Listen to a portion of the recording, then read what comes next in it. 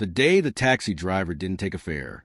It was raining hard in Newark, New Jersey, when James, a weary taxi driver in his 50s, noticed an elderly woman standing alone outside a crumbling apartment complex. She wasn't flagging him down, but something about the way she hunched under her umbrella caught his attention. She looked like someone who had been forgotten by the world. James had been driving all night. His back ached, and he hadn't had a decent meal in hours. He thought about passing her by, but something, maybe instinct, maybe something deeper, told him to pull over. He rolled down the window.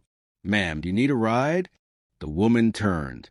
She looked startled, as if kindness had caught her off guard. "I don't have money. I was just going to walk." James looked down the block. There was no way she could make it on foot in that storm. "Hop in. It's on me." She hesitated. Then she opened the door, struggling with her cane, and got in. Inside the cab, silence hung heavy. James turned off the radio. "Where you headed?" "St. Mary's," she said softly. "The hospice." James glanced at her through the rear-view mirror. Her eyes were red-rimmed and distant. She wasn't going there to visit someone. She was going to stay. "You got family there?" he asked gently. She shook her head. "No, just finishing the chapter, I guess." James said nothing. He adjusted the heat, making sure she was warm.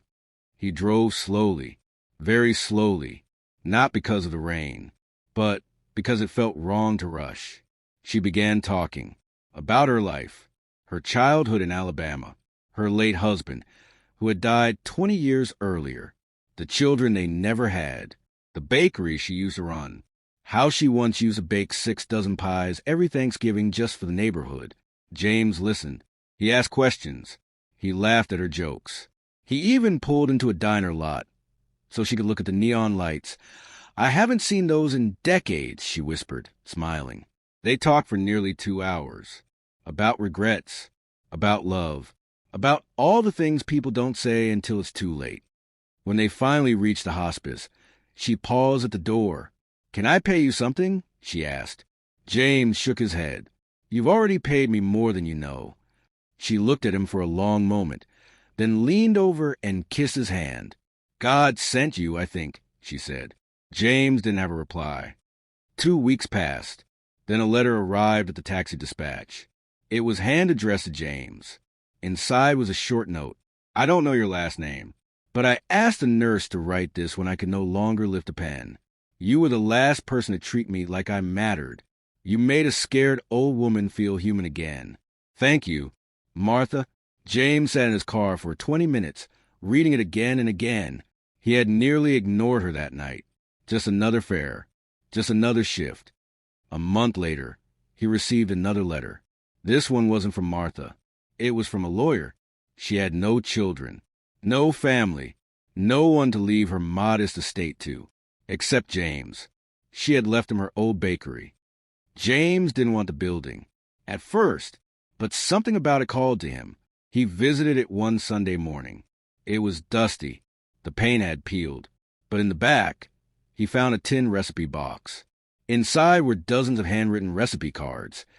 Peach cobbler, red velvet cake, sweet potato pie. And in the middle, a note that read, "If someone ever finds us who still believes in kindness, please bake." That fall, James quit driving. He fixed up the bakery. He reopened it.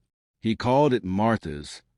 On the wall above the counter, he hung a framed photograph of her. She was smiling in it, wearing a pink apron, holding a pie. Every Thursday, he gave free coffee and pie to the elderly. No questions asked. And every year on the anniversary of that rainy night, he closed the shop of the day. He drove to the hospice. He sat on the bench outside where they'd first spoken, and he remembered the woman who changed his life with nothing more than a story, a smile, and a quiet goodbye. The end.